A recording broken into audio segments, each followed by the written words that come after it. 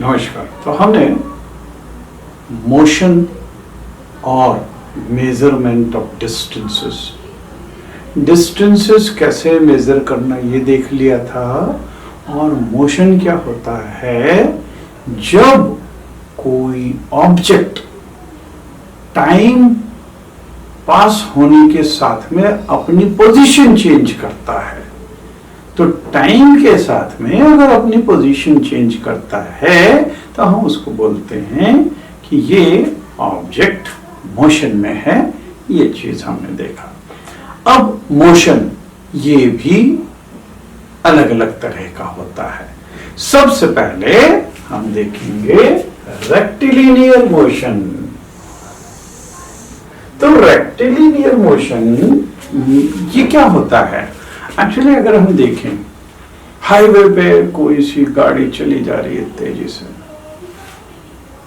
तो वो straight line में जा रही है। अगर हम ऊपर से एक पत्थर ड्रॉप कर दें तो पत्थर बिल्कुल स्ट्रेट लाइन में ही हो जाएगा।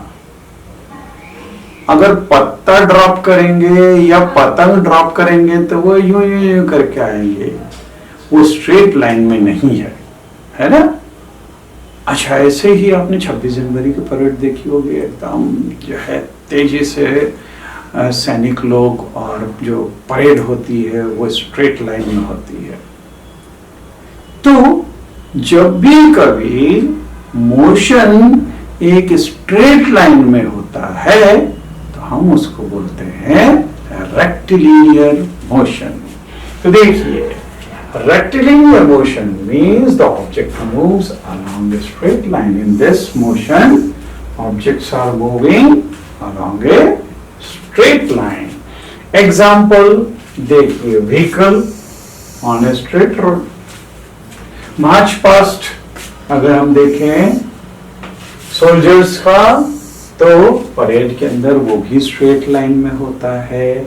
अगर हम स्टोन को गिराएं तो वो भी एक स्ट्रेट लाइन के अंदर चलता है। तो ये तो हो गया पहले तरह का मोशन, है ना। अब दूसरे टाइप का देखें। दूसरे टाइप का मोशन होता है सर्कुलर मोशन। तो सर्कुलर मोशन, अब जैसे कि सर्कुलर नाम से ही लगता है कि सर्कुलर मतलब सर्कल कहीं ना कहीं पे इन्वॉल्व है। अब जैसे अगर हम किसी धागे में एक पत्थर को बांध दें और उसको यूं यूं करके घुमाएं, तो जो मोशन होगा स्टोन का वो सर्कल के अंदर होगा।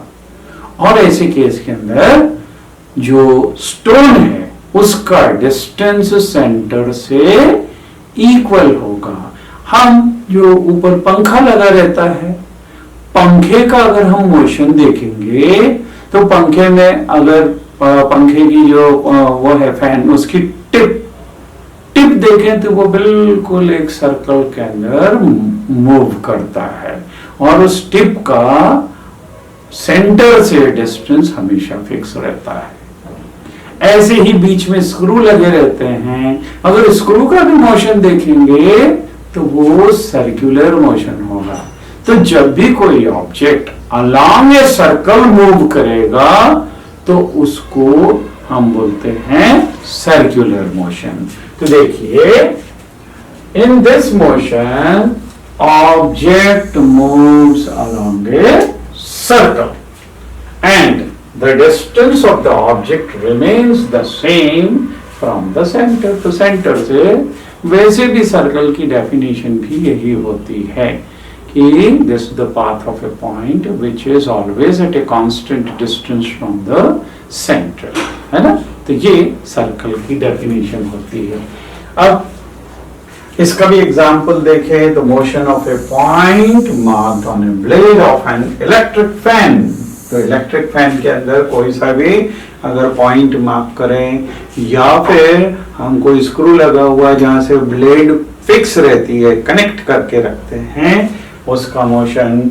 फिर हैंड्स ऑफ ए क्लॉक, आपने घड़ी की सुइयां देखी, घड़ी की सुइयां भी बिल्कुल एक सर्कल के अंदर चलती है। अब ये देखिए साइकिल, साइकिल में जो पहिया होता है वो उसका मोशन भी सर्कुलर होता है, लेकिन आप ये देखेंगे कि यहाँ पे पंखा खुद एक जगह से दूसरी जगह नहीं चल रहा है, वो तो एक ही जगह पे सर्कल के अंदर रोटेट हो रहा है। ऐसे ही क्लॉक को भी देखेंगे तो घड़ी की सुइयां अपनी जगह चल रही, घड़ी खुद जो नहीं चल के नहीं जा रही है। जबकि साइकिल को देखेंगे तो कि साइकिल के अंदर पहिया भी घूम रहा है और साथ में साइकिल खुद भी आगे बढ़ रही है, तो वहां पे रेक्टिलिनियर मोशन भी है और साथ में वहां पे सर्कुलर मोशन भी है। तो हम यहां देखें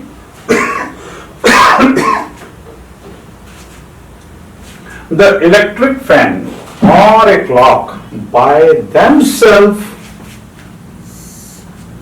are not moving from one place to another, but the blades of a fan are rotate and so the hands of the clock.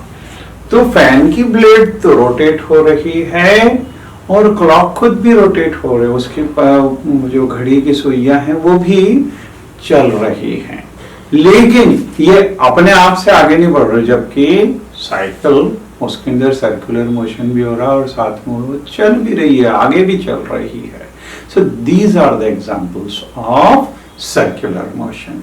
ठीक है, अब हम अगले तरह का मोशन देखेंगे। तो अगला मोशन है पीरियोडिक मोशन। पीरियोडिक मोशन मतलब उस तरह का मोशन जिसके अंदर मोशन रिपीट हो। तो देखिए, in periodic motion object repeat its motion after some time. तो जैसे अगर हम देखें, आप अपनी जनरल लाइफ में देखेंगे कि अगर कोई बच्चा झूला झूल रहा है तो उसका पाथ रिपीट हो रहा है ना। अगर हम धागे के साथ में एक पत्थर को बांध दें और उसको डिस्प्लेस कर दें तो वो पेंडुलम बन जाता है। पेंडुलम भी झूले की तरह ही अपने पाथ रिपीट करता है ना। तो that is also repeating the path, मतलब मोशन जो है रिपीट हो रहा है। आपने देखा होगा दर्जी, वो जब कपड़े सिलता है उसकी मशीन चलती है तो उसकी सुई ऊपर नीचे ऊपर नीचे ऊपर नीचे, वो भी अपना पाथ रिपीट कर रही है। तो जब भी पाथ रिपीट होता है, मोशन रिपीट होता है, तो उसको हम बोलते हैं पीरियोडिक मोशन। ठीक है, अब देखिए एग्जांपल के अंदर पेंडुलम सबसे पहले हमने देखा, branch of tree moving to and fro. अब जब हवा चलती है तो पत्तियां अपनी जगह पे हिलती हैं और वो अपने पाथ को रिपीट करती हैं। तो to and fro motion, that is also periodic motion. Then motion of a child on a swing. तो झूले के अंदर भी जब बच्चा झूल रहा है तो उसका पाथ रिपीट हो रहा है। String of a guitar or membrane of drum. Actually देखा जाए तो जब भी साउंड प्रोड्यूस होगा, साउंड तभी प्रोड्यूस होगा जब चीज वाइब्रेट करेगी, और वाइब्रेट करना मतलब अपने पाथ को रिपीट करना। अगर आप गिटार देखेंगे, गिटार है, चाहे मैंडोलिन है, वायलिन है, सारंगी है, ये स्ट्रिंग वाले इंस्ट्रूमेंट जितने भी हैं, अगर हम स्ट्रिंग को थोड़ा सा डिस्टर्ब करें तो जैसे ही डिस्टर्ब करेंगे तो वो वाइब्रेट करना चालू कर देगी। और वाइब्रेशन, जब भी कहीं वाइब्रेशन होगा, एक पर्टिकुलर फ्रीक्वेंसी से ज्यादा, मतलब 1 सेकंड के अंदर उससे ज्यादा अगर वाइब्रेशन होगा, 20 से ज्यादा अगर वाइब्रेशन होगा, 1 सेकंड के अंदर 20 बार अगर कोई सी चीज हिलती है तो उससे जो साउंड प्रोड्यूस होता है वो हमारे कान सुन लेते हैं, है ना, 20 से ज्यादा बार। तो वाइब्रेशन जहां हुआ, पीरियोडिक मोशन हुआ, तो आपको साउंड सुनाई देने लगेगा। आप खुद ये एक्सपेरिमेंट करके देख सकते हो। आपके ज्योमेट्री बॉक्स के अंदर स्केल रखी रहती है। अगर आप स्केल को टेबल में ऐसे, अगर ये टेबल है, इसमें यहां से इसको जोर से स्केल को पकड़ लो और ऐसे यूं बाहर की तरफ अगर निकली हुई हो स्केल, इस तरह, है ना, ऐसी अगर स्केल निकली हुई होगी, आप इधर से पकड़ लो इसको और यहां से इसको थोड़ा सा डिस्टर्ब करो, तो जैसे ही आप इसको करेंगे भर से आवाज आएगी उसकी, है ना। अच्छा, अगर स्केल को थोड़ा और दूर से अपन यहां से इसकी लेंथ इधर बढ़ा दें तो मोटी आवाज आएगी, और अगर स्केल को आप थोड़ा सा और पास से कि यहां से कम निकली हुई हो तो वैसे ऐसे अगर बड़ी आवाज लंबी होगी तो भर करके आवाज आएगी, और अगर आप उसको पास में, मतलब ये लंबाई अगर उसकी कम करेंगे ब्र ब्र ब्र इस तरह की आवाज आएगी। मतलब अगर स्केल अपनी जगह पे वाइब्रेट कर रही है, पाथ रिपीट कर रही है, पीरियोडिक मोशन हो रहा है, तो उसमें से साउंड प्रोड्यूस होगा। ठीक है।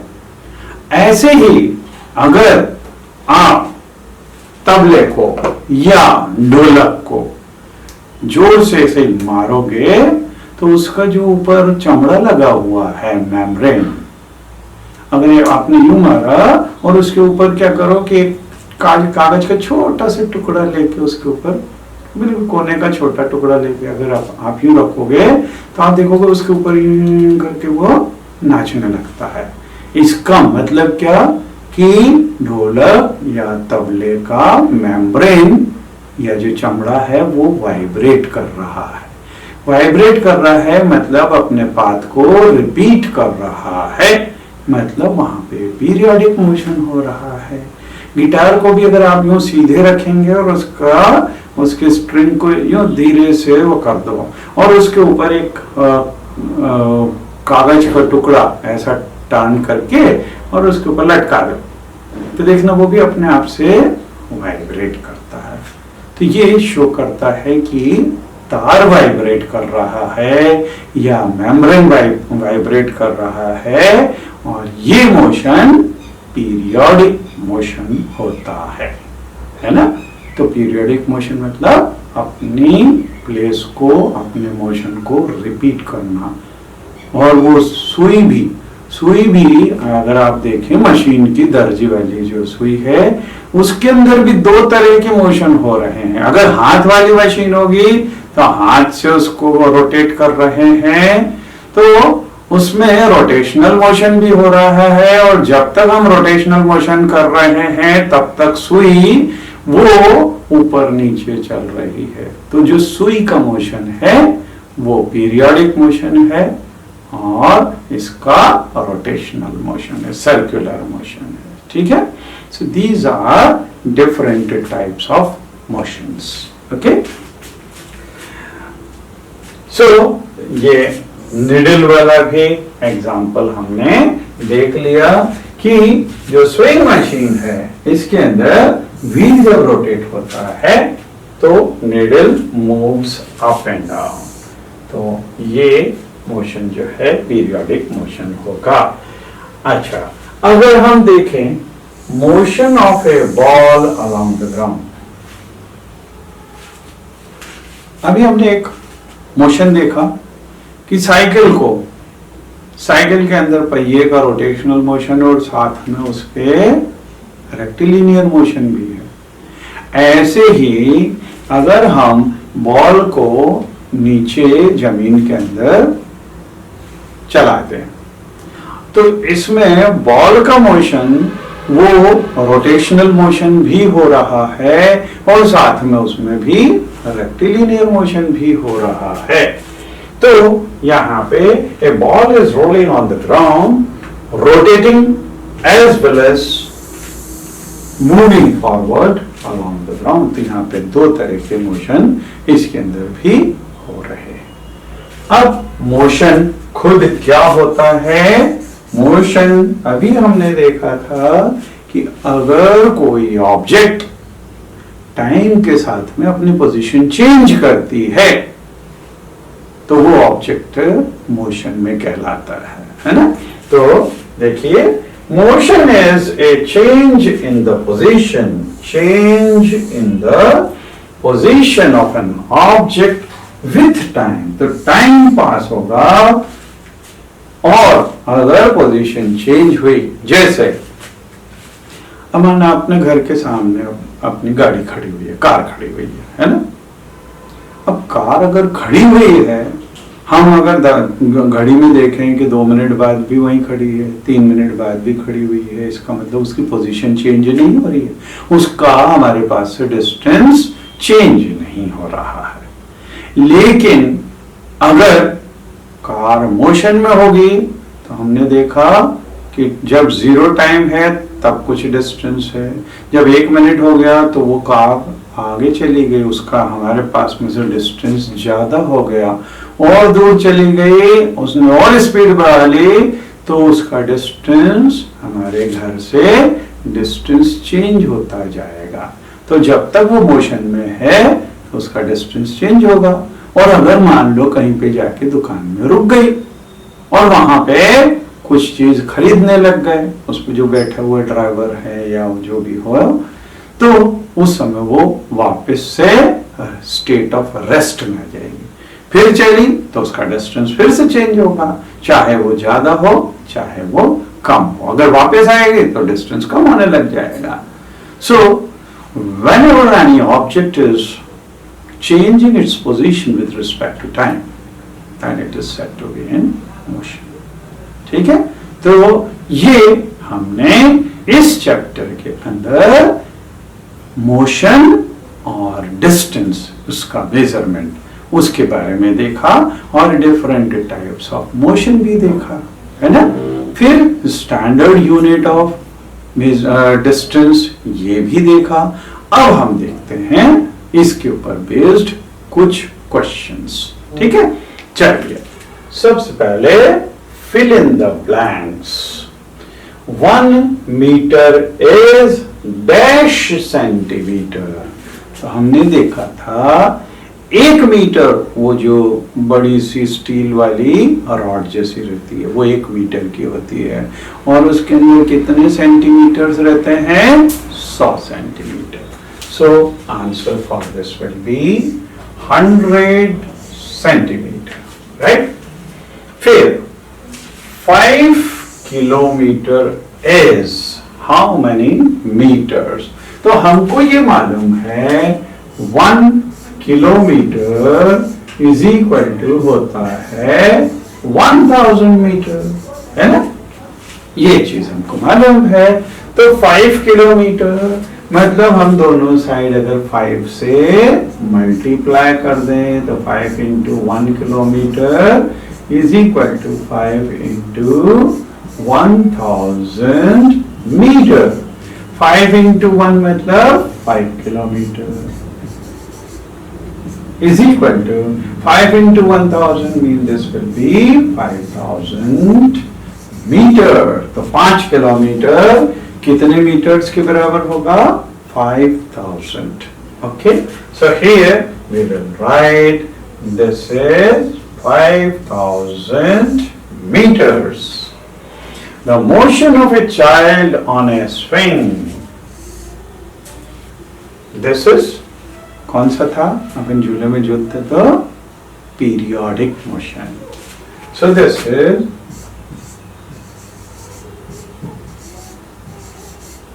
Periodic motion. motion of a child on a swing is periodic. Then motion of the needle of a swing machine that is also periodic.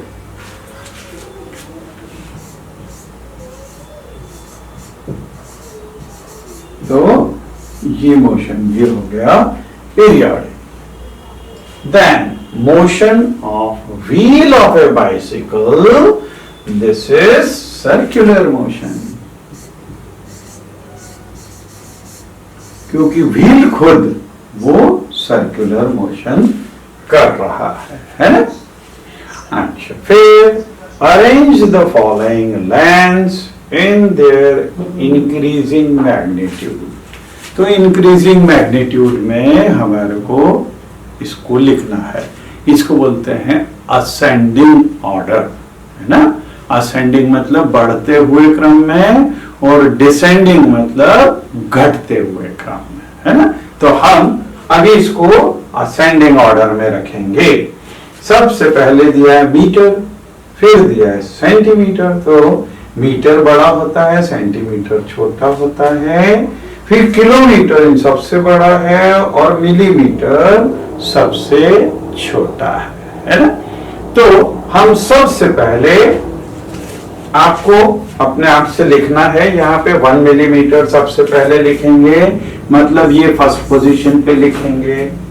फिर मिलीमीटर, 10 मिलीमीटर बराबर 1 सेंटीमीटर होता है, मतलब सेंटीमीटर सेकंड पोजीशन पे होगा. ये सबसे पहले ये, फिर उसके बाद में ये, फिर 100 सेंटीमीटर बराबर 1 मीटर होता है. तो 100 सेंटीमीटर मतलब ये आ गया तीसरी पोजीशन पे. मीटर तो फर्स्ट मिलीमीटर, फिर सेंटीमीटर, फिर मीटर लिखेंगे आप, और फिर चौथे पोजीशन पे, क्योंकि 1000 मीटर वो 1 किलोमीटर के बराबर होता है ना? तो this will be in fourth position. ठीक है? तो इस तरह से इसको असेंडिंग ऑर्डर में सबसे पहले ये, सेकंड ये, थर्ड ये, और फिर ये फोर्थ पोजीशन पे हमको लिखना है. ठीक? Now next, the height of a person is 1.65 metre.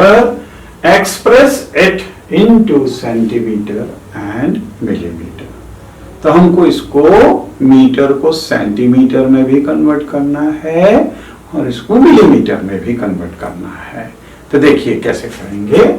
हमें मालूम है कि 1 metre is equal to 100 centimetre. Therefore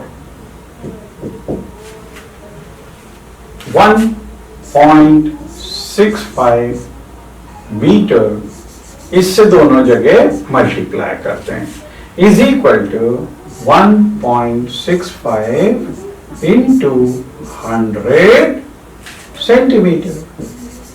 means this will be, इसको जब मल्टीप्लाई करेंगे तो 165 सेंटीमीटर हो गया. ठीक है? तो सेंटीमीटर में कन्वर्ट कर दिया. अब मिलीमीटर में करना है तो we know 1 centimetre is equal to 10 millimeter. Therefore 165 centimeter is equal to 165 into 10, means this will be 165 centimeter मतलब कितना था? 1.65 meter. So 1.65 meter is equal to कितने मिलीमीटर है? Mean this is 1650 millimeter. ठीक है? तो ये हो गया. Now next is the distance between Radha's home and her school is 3250 meter. Express this distance into kilometer. So we know 1000 meter is equal to 1 kilometer. Therefore 1 meter will be equal to 1 upon 1000 kilometer, right? Therefore this is 3250 meter is equal to 3250 into 1 upon 1000 kilometre. अब इसको अगर 1000 से divide करेंगे तो ये 3.250 kilometre हो जाएगा. ठीक है, तो दिस इज. अब अगला देखें. Write the similarity and difference between the motion of a bicycle and a ceiling fan that has been switched on. तो ये हम आपको ऑलरेडी बतला चुके हैं कि साइकिल के अंदर सर्कुलर मोशन और रेक्टिलिनियर दोनों होता है ना, क्योंकि आगे भी बढ़ती है. जबकि फैन एक ही जगह केवल उसमें सर्कुलर मोशन होता है. ठीक है. Then next is, why should you not like to use a measuring tape made up of elastic material? अगर elastic material का, रबर का अगर measuring tape होगा तो what would be some of the problems you would meet in telling someone about the distance you measured with such a tape? तो अगर rubber का tape होगा तो उसको हम जब रखेंगे तो थोड़ा सा भी खिंच गया तो जो डिस्टेंस है, एक्चुअली ओरिजिनल टेप जब उसका साइज कम होगा और ये इसका साइज ज्यादा बड़ा आएगा, इसका मतलब रबर के टेप से हम एक्यूरेट मेजरमेंट नहीं ले सकते. वो जो मेजरमेंट बतलाएगा वो मेजरमेंट कम बताएगा, है ना. तो इसीलिए रबर का टेप यूज करना वो ज्यादा अच्छा नहीं है अगर हमको डिस्टेंस मेजर करना है.